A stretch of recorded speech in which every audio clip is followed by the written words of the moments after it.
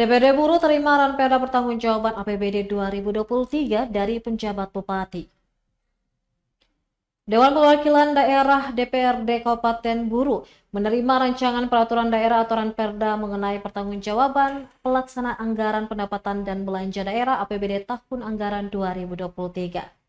Penyerahan oleh penjabat Bupati Buruh Syarif Hidayat diterima langsung Ketua DPRD M. Rum Soplestuni saat rapat paripurna di ruang rapat paripurna DPRD Buruh pada Rabu 19 Juni 2024.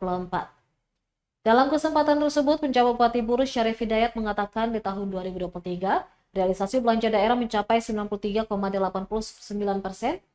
atau sebesar 759,94 miliar rupiah dari total anggaran sebesar 809,42 miliar rupiah.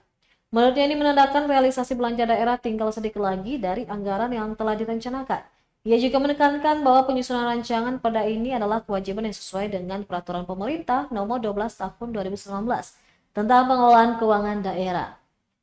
Hidayat juga menambahkan laporan keuangan pemerintah Kabupaten Buruh telah diaudit oleh Badan Pemeriksa Keuangan Republik Indonesia Perwakilan Provinsi Maluku dan telah memperoleh opini wajar tanpa pengecualian atau PUWTP untuk yang ke-9 kalinya secara berturut-turut sejak tahun 2015.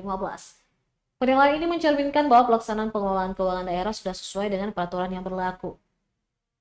Selain itu, rapat paripurna ini juga menandai pentingnya kerjasama yang erat antara pemerintah daerah dan juga DPRD untuk memastikan kelancaran pelaksanaan program yang telah direncanakan demi kepentingan masyarakat Kabupaten Buruh. Sementara itu, Ketua DPRD Kabupaten Buruh M. Rum Soplestuni menekankan pentingnya menjalankan proses pertanggungjawaban APBD secara transparan dan juga akuntabel, sejalan dengan ketentuan hukum yang berlaku. Dengan dianggarkan 67,68 miliar rupiah, realisasi 64,23 miliar rupiah atau 94,89%. Download Tribun X sekarang, menghadirkan lokal menjadi Indonesia.